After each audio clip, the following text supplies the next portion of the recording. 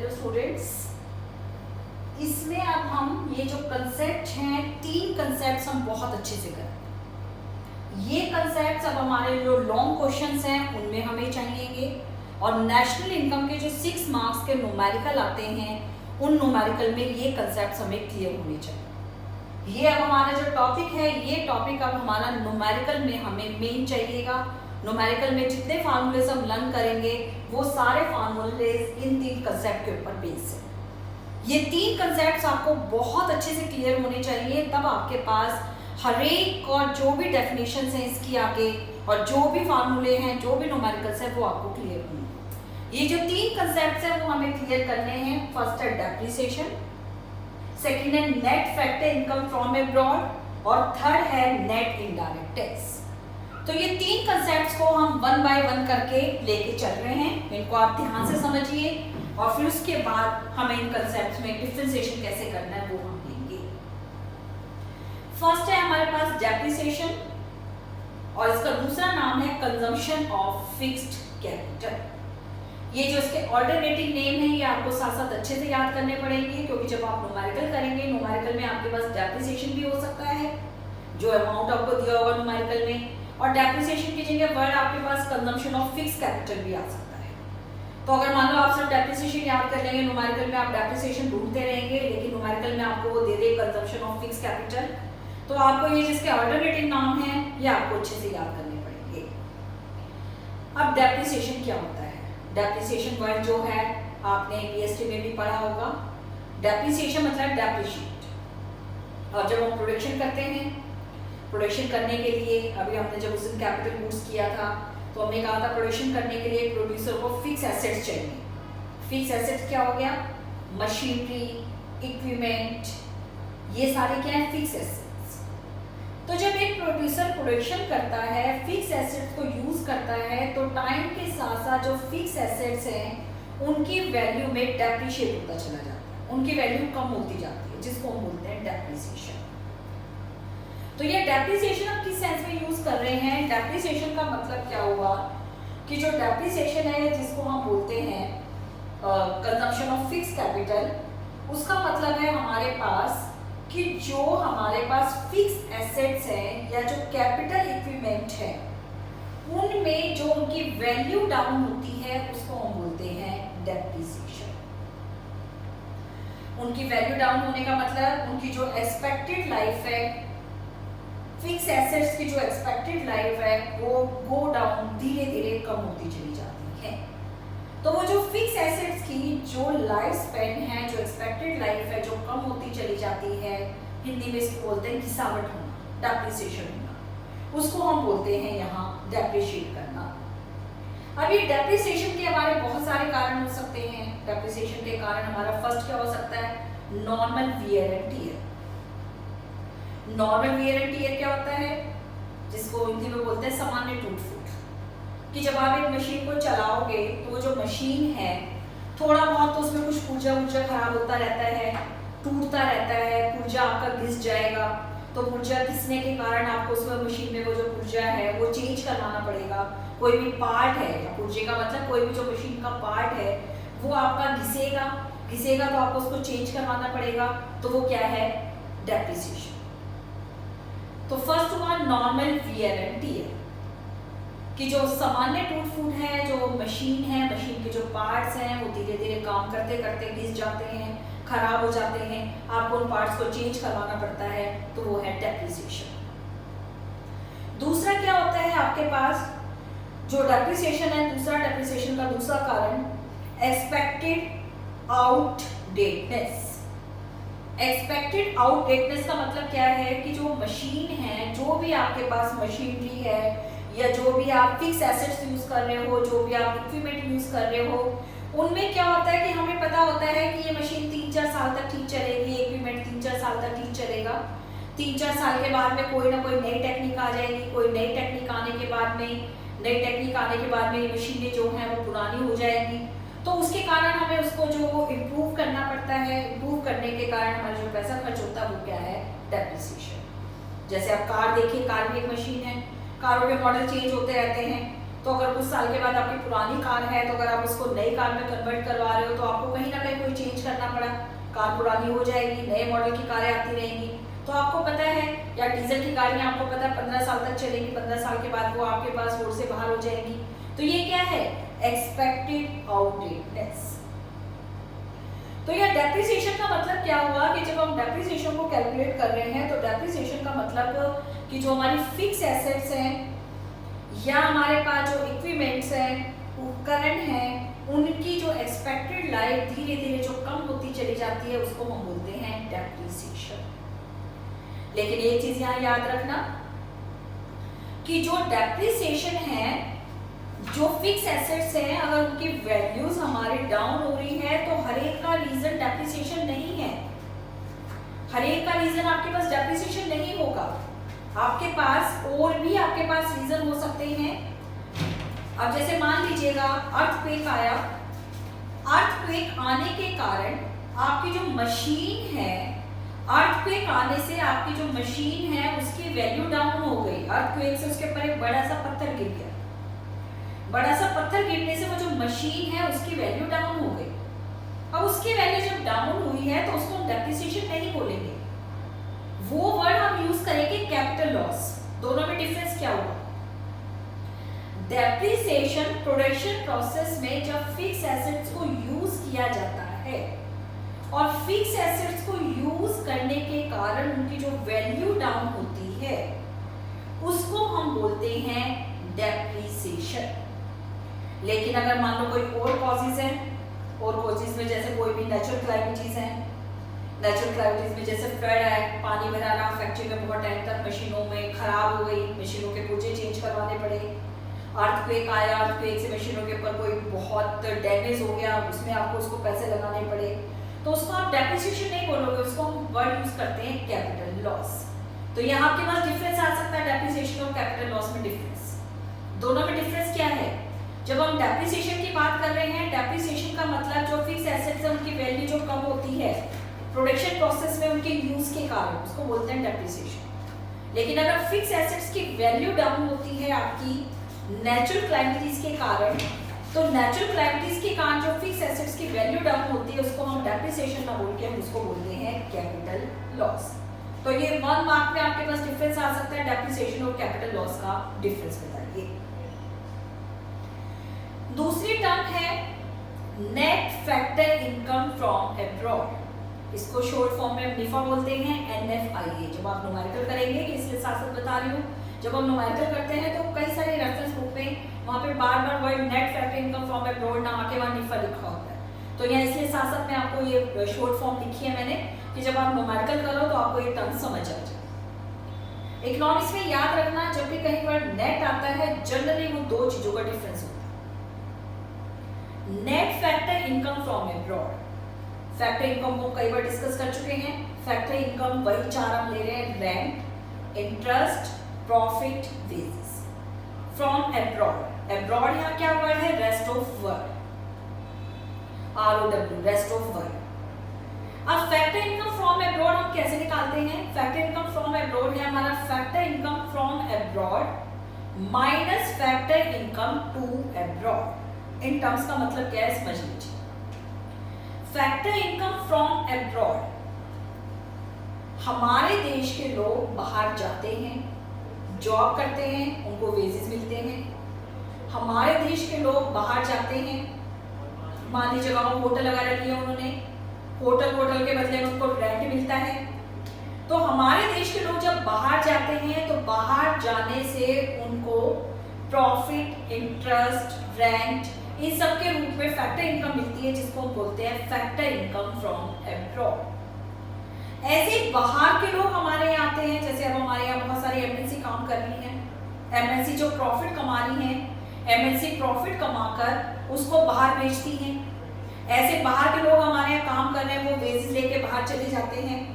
तो ये है फैक्टर इनकम टू अब्रॉड। तो फैक्टर इनकम टू अब्रॉड हमारे पास यहाँ देखें तो फैक्टर इनकम फ्रॉम अब्रॉड और फैक्टर इनकम टू अब्रॉड दोनों टर्म्स अलग अलग हैं। फैक्टर इनकम फ्रॉम अब्रॉड जो हम रेस्ट ऑफ वर्ल्ड से इनकम जनरेट करके लेके आ रहे हैं, चार फॉर्म में, रेंट, इंटरेस्ट, प्रॉफिट, वेजेस।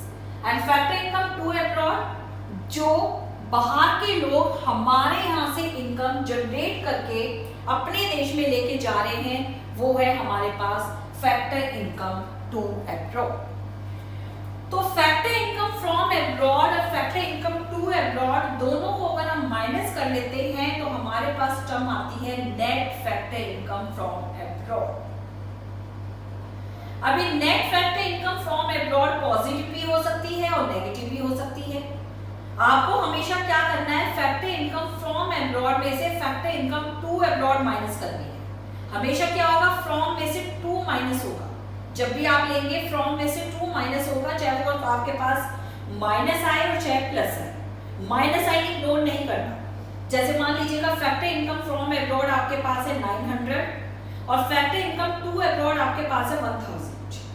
900 में से आप 1000 को माइनस करेंगे तो आपके पास -100 आएगा। तो net factor income from abroad ये टर्म आपकी क्या आएगी, ये टर्म आपके पास आएगी -100। पॉजिटिव भी आ सकती है, कैसे, फैक्टर इनकम फ्रॉम अब्रॉड आपके पास 2000 and factor income to abroad आपके पास है 1000। तो फैक्टर इनकम फ्रॉम अब्रॉड में से factor income to abroad minus करेंगे 2000 माइनस 1000, टर्म आ गई पॉजिटिव 1000। तो net factor income from abroad plus भी हो सकती है, पॉजिटिव भी निकल सकती है, नेगेटिव भी निकल सकती है। तो आपको यहाँ माइनस साइन इग्नोर नहीं करना। जो आप निकालेंगे न्यूमेरिकल में कई बार आपके पास net factor income from abroad नहीं दिया होगा, आपके पास टर्म दिया होगा फैक्टर इनकम फ्रॉम अब्रॉड और factor income to abroad. Factor income from abroad में से फैक्टर इनकम टू अब्रॉड आप माइनस करेंगे तो आपके पास निकलेगी net factor income from abroad. चाहे वो प्लस में निकले हो चाहे माइनस में निकले, वही वैल्यू आपको लेके चलनी है। तो यहाँ टर्म्स देखना, net factor income from abroad अलग चीज है और फैक्टर इनकम फ्रॉम अब्रॉड अलग चीज है। Net factor income from abroad, net word लग गया तो ये दो चीजों का डिफरेंस है। दो चीजों का किस किस का डिफरेंस है, वो डिफरेंस है आपका factor income from abroad and factor income to abroad. तो दोनों चीजों को सेम नहीं लेना। Net factor income from abroad अलग चीज है और फैक्टर इनकम फ्रॉम अब्रॉड अलग चीज है। Factor income from abroad net factor income from abroad का एक पार्ट है। तो ये दोनों चीजों को मिक्स नहीं करना जब आप न्यूमेरिकल करेंगे। न्यूमेरिकल करते वक्त आपने क्या करना है, अगर net factor income from abroad आपको नहीं दे रखा है तो उसको निकालने के लिए आपने क्या करना है, आपने फैक्टर इनकम फ्रॉम अब्रॉड में से फैक्टर इनकम टू अब्रॉड को माइनस करना है। फार्मूले में फ्रॉम -2 होना चाहिए, तो हमारे पास निकल जाएगा net factor income from abroad. Third concept है net indirect tax. Net indirect tax bracket में इसका फार्मूला लिखा हुआ है। नेट इनडायरेक्ट टैक्स कैसे निकलेगा, नेट इनडायरेक्ट टैक्स आपका निकलेगा इनडायरेक्ट टैक्स माइनस सब्सिडीज। अब इनडायरेक्ट टैक्स और सब्सिडीज क्या होते हैं, यहाँ हालांकि हम गवर्नमेंट बजट में बहुत डिटेल में पढ़ेंगे, यहाँ थोड़ा सा देख लीजिए। इनडायरेक्ट टैक्स, टैक्स जो प्रोड्यूसर्स के ऊपर लगाए जाते हैं, गवर्नमेंट को प्रोड्यूसर टैक्स पे करते हैं, उससे क्या होता है, प्राइस इंक्रीज हो जाती है। मान लीजिएगा किसी प्रोड्यूसर के ऊपर जीएसटी लगा, जीएसटी एक इनडायरेक्ट टैक्स है, वो क्या करता है, जितना जीएसटी लगा उतनी प्राइस इंक्रीज कर दी उसने, तो ये है इनडायरेक्ट टैक्स, जो गवर्नमेंट प्रोड्यूसर के ऊपर टैक्स लगा। सब्सिडीज जो गवर्नमेंट प्रोड्यूसर्स को फाइनेंशियल हेल्प देती है किसी चीज का प्रोडक्शन इंक्रीज करवाने के लिए, कि मान लीजिएगा कोई चीज बहुत ज्यादा जरूरी है लेकिन वो चीज बहुत ज्यादा कॉस्टली पड़ रही है, अब प्रोड्यूसर उसको जो ले रहा है उसको बना रहा है तो कंज्यूमर को बहुत हायर प्राइस पे सेल कर रहा है, लेकिन गवर्नमेंट को क्या लग रहा है कि जो कंज्यूमर है वो कंज्यूमर इतनी प्राइस पे नहीं कर पाएगा, तो गवर्नमेंट क्या करती है, गवर्नमेंट प्रोड्यूसर को सब्सिडीज प्रोवाइड कर देती है। जैसे इसको एग्जांपल देखिए, फर्टिलाइजर इंडिया में, फर्टिलाइजर मान लीजिएगा एक प्रोड्यूसर है जो जब बनाता है तो उसकी जो कॉस्ट है, उसकी फैक्टर कॉस्ट है वो आती है 150 रुपये केजी। अब 150 रुपये केजी आ रही है, वो कंज्यूमर है, सरकार को लगता है फार्मर्स इतना महंगा जो फर्टिलाइजर वो नहीं खरीद पाएंगे, तो सरकार क्या करती है, सरकार जो प्रोड्यूसर्स हैं उनको मान लीजिएगा 20 रुपीज उन्होंने 20 रुपीज केजी उन्होंने उनको सब्सिडीज दे दी। 20 रुपये केजी सब्सिडीज देने का मतलब क्या होगा, प्रोड्यूसर की जो कॉस्ट थी वो 150, गवर्नमेंट ने क्या किया 20 रुपीज उनको पहले दे दिए, तो 20 रुपीज उनके पास आ गए तो वो कंज्यूमर से क्या करेंगे, 130 रुपीज जो है वो वसूल करेंगे पर केजी। तो जब हम नेट इनडायरेक्ट टैक्स निकालेंगे तो नेट इनडायरेक्ट टैक्स हमेशा कैसे निकलेंगे, नेट इनडायरेक्ट टैक्स आपके निकलेंगे इनडायरेक्ट टैक्स माइनस सब्सिडीज। जब आप न्यूमेरिकल करोगे तो न्यूमेरिकल करने में कई बार आपके पास नेट इनडायरेक्ट टैक्स डायरेक्ट दिया होगा और कई बार नेट इनडायरेक्ट टैक्स आपको नहीं दे रखा है, तो आपके पास क्या होगा, इनडायरेक्ट टैक्स माइनस सब्सिडीज आपको उसको निकालना पड़ेगा। और इनडायरेक्ट टैक्स की जगह आपके पास जीएसटी भी दिया हो सकता है या डायरेक्ट आपके पास इनडायरेक्ट टैक्स आपको दिया हो सकता है। तो ये तीन चीजें आपको जो फार्मूले हैं उनकी बेस है। अगर ये बेस आपको क्लियर नहीं होगा तो आगे आपके फार्मूले भी क्लियर नहीं होंगे। जब हम फार्मूले करेंगे नेशनल इनकम के न्यूमेरिकल्स करने के लिए, जब हम फार्मूले करेंगे तो फार्मूले करने के लिए आपको ये तीन चीजें चाहिए। तीन चीजें क्या, डेप्रिसिएशन जिसका दूसरा नाम है consumption of fix capital, second आपको चाहिए net factor income from abroad जिसको हम बोलते हैं निफा, और वो निकलती है factor income from abroad minus factor income to abroad, और थर्ड है आपके पास net indirect tax. Net indirect tax आपके पास निकलता है इनडायरेक्ट टैक्स माइनस सब्सिडीज। ये तीन चीजें क्लियर होने के बाद अब हमें इनको करना है कि जब हम करते हैं तो ये तीन चीजें हमारे पास कहां कहां यूज होती हैं। तो हम लेंगे टॉपिक कि ये तीन चीजें हमारे पास कहां कहां यूज होंगी। ये तीन चीजें हमारे पास हैं। फर्स्ट है हमारे पास ग्रॉस एंड नेट। फर्स्ट है ग्रॉस एंड नेट। सेकंड है हमारे पास domestic and national.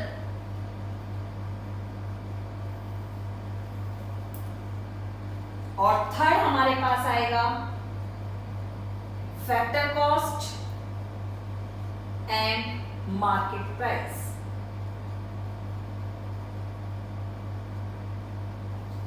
Factor cost and market price, ये तीन चीजें हमें चाहिए। अब इनको एक एक कंसेप्ट को हम क्लियर करते हैं। सबसे पहले मैं ले लूं ग्रॉस एंड नेट। ग्रॉस और नेट ये कंसेप्ट आपका बहुत बार यूज होगा। Gross investment, net investment, gross production, net production, gross income, net income. दोनों में डिफरेंस क्या है? दोनों के डिफरेंस के लिए हम एक कंसेप्ट ले लेते हैं ग्रॉस और नेट इन्वेस्टमेंट। ग्रॉस और नेट इन्वेस्टमेंट कैसे? मान लीजिएगा एक प्रोड्यूसर है, वो अपनी फैक्ट्री में 20,000 रुपीज का इन्वेस्टमेंट करता है। कितने पैसे लगाए उसने? 20,000। अब जितने उसने पैसे लगाए वो कहलाता है ग्रॉस इन्वेस्टमेंट। अब 20,000 रुपए लगाने में हमें बाद में पता चलता है कि उसने 20,000 में से 15,000 रुपए की उसने एक नई मशीन खरीदी। कुल कितने पैसे लगाए? 20,000। 20,000 में से 15,000 रुपए की उसने एक नई मशीन खरीदी और बाकी जो 5,000 रुपए हैं, 5,000 रुपए उसने पुरानी मशीनों को ठीक करवाने में खर्च कर दिए। अब जो पुरानी मशीनें मतलब फिक्स एसेट्स को ठीक करवाने में जो पैसे खर्च किए अभी बताया था, वो क्या था? डेप्रिसिएशन। जो फिक्स एसेट्स हैं उनके किसी वजह से नॉर्मल वियर एंड टियर या एक्सपेक्टेड आउटडेटेड की वजह से हमने उनको पैसा लगाना पड़ा, वो क्या था? हमारा डेप्रिसिएशन। तो एक ग्रॉस में क्या हुआ? ग्रॉस इन्वेस्टमेंट में दो चीजें हुई। एक तो उसने क्या किया? नई मशीन खरीदी, और एक उसने क्या किया? पुरानी मशीनों पे पैसा लगाया। दोनों को जो ऐड कर देंगे वो है ग्रॉस। और नेट क्या है?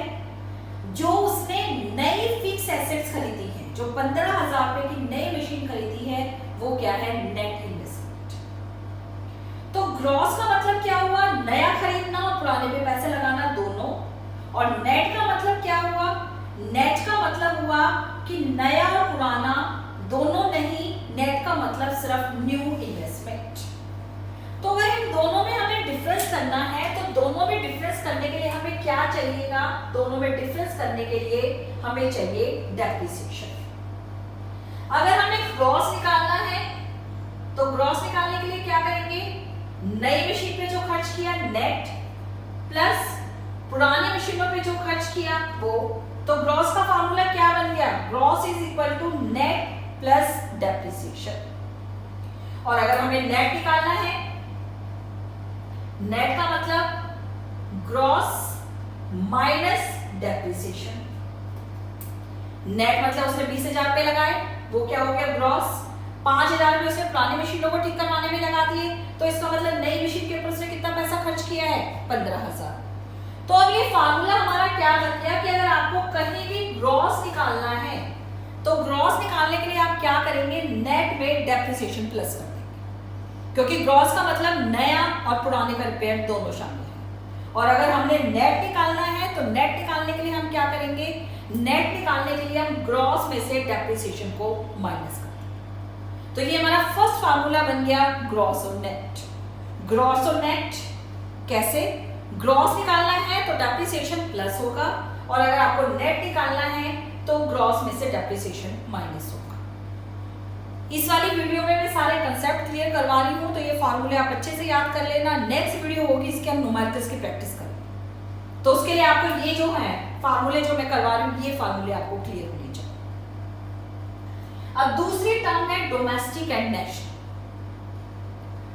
डोमेस्टिक और नेशनल, डोमेस्टिक के लिए हमने लास्ट कंसेप्ट किया था डोमेस्टिक टेरिटरी। डोमेस्टिक टेरिटरी जब हमने किया था तो उसमें मैंने बहुत डिटेल में बताया था कि हम डोमेस्टिक टेरिटरी में क्या इंक्लूड करते हैं। तो डोमेस्टिक टेरिटरी में जो इनकम जनरेट होती है वो इनकम कहलाती है डोमेस्टिक इनकम। दोबारा देखिए, डोमेस्टिक टेरिटरी में जो इनकम जनरेट हुई, डोमेस्टिक इनकम में जो इनकम जनरेट हुई वो थी हमारी डोमेस्टिक इनकम, जिसमें हमने क्या कहा था कि हमारे यहाँ जो भी प्रोड्यूसर हैं वो सारे प्रोड्यूसर जो भी इनकम जनरेट कर रहे हैं, चाहे वो कोई एमएनसी है, पेप्सी है, कोक है, रिलायंस है, टाटा है, वो सारा प्रोडक्शन हमारा डोमेस्टिक प्रोडक्शन में इंक्लूड हो रहा है, सारी इनकम हमारी डोमेस्टिक इनकम में इंक्लूड हो रही है। और मैंने कहा था टाटा कंपनी अगर यूएसए में अपनी कोई कंपनी स्टैब्लिश कर रखी है तो वो हमारी डोमेस्टिक इनकम में इंक्लूड नहीं थी। लेकिन आप देखिए, इसी एग्जांपल को आगे ले जाके आप नेशनल को समझने के लिए करिए।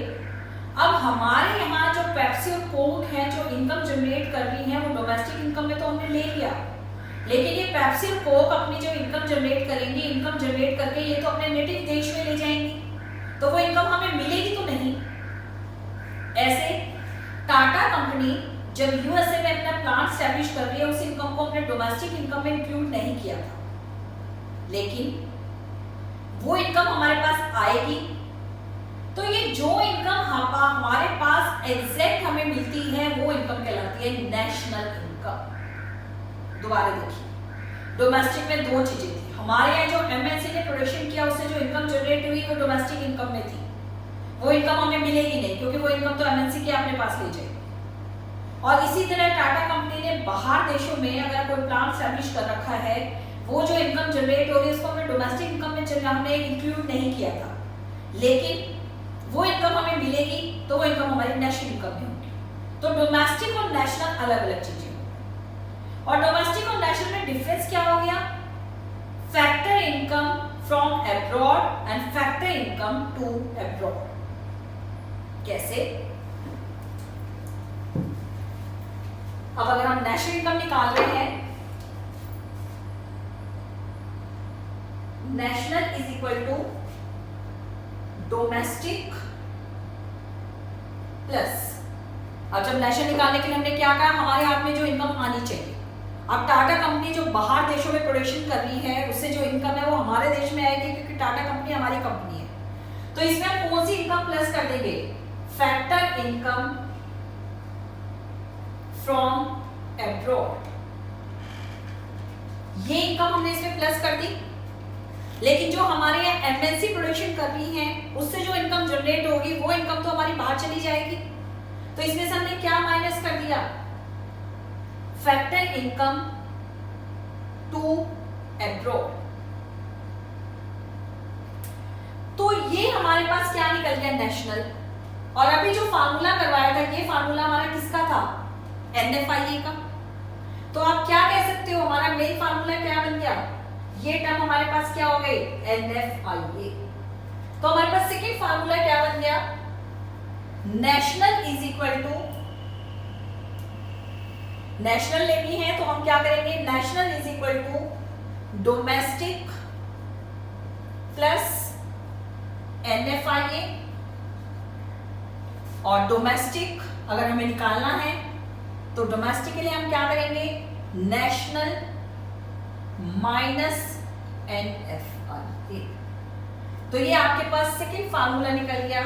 जब भी आपको न्यूमेरिकल में नेशनल और डोमेस्टिक लेना है तो नेशनल और डोमेस्टिक लेने के लिए आप क्या करेंगे, अगर आपको कहीं भी नेशनल निकालना है तो डोमेस्टिक में NFIA प्लस कर देंगे, और अगर डोमेस्टिक निकालना है तो डोमेस्टिक निकालने के लिए नेशनल में से NFIA माइनस कर देंगे।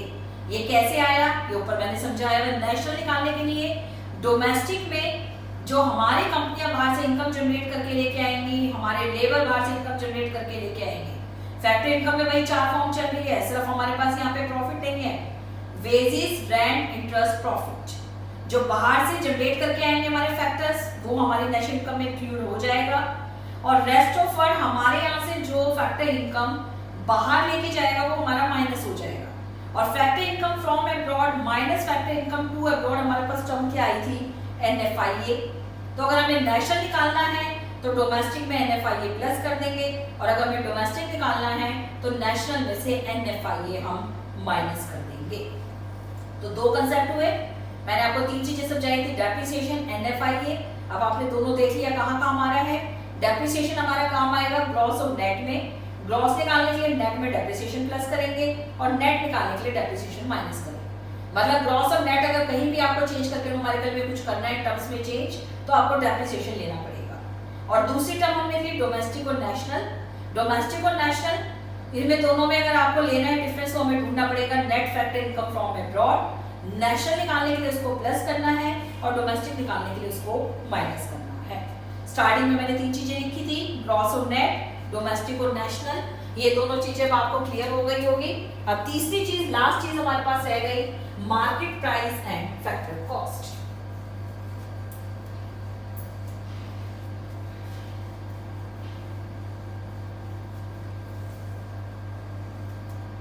थर्ड है हमारे पास market price and factor cost. Short form में मार्केट प्राइस को MP लिखेंगे और फैक्टर कॉस्ट को हम लिखेंगे FC। पहले समझ लीजिए क्या चीज है फैक्टर कॉस्ट। फैक्टर कॉस्ट हमारे पास फैक्टर पेमेंट कई बार आ चुकी। एक प्रोड्यूसर फैक्टर्स ऑफ प्रोडक्शन को कंबाइन करता है।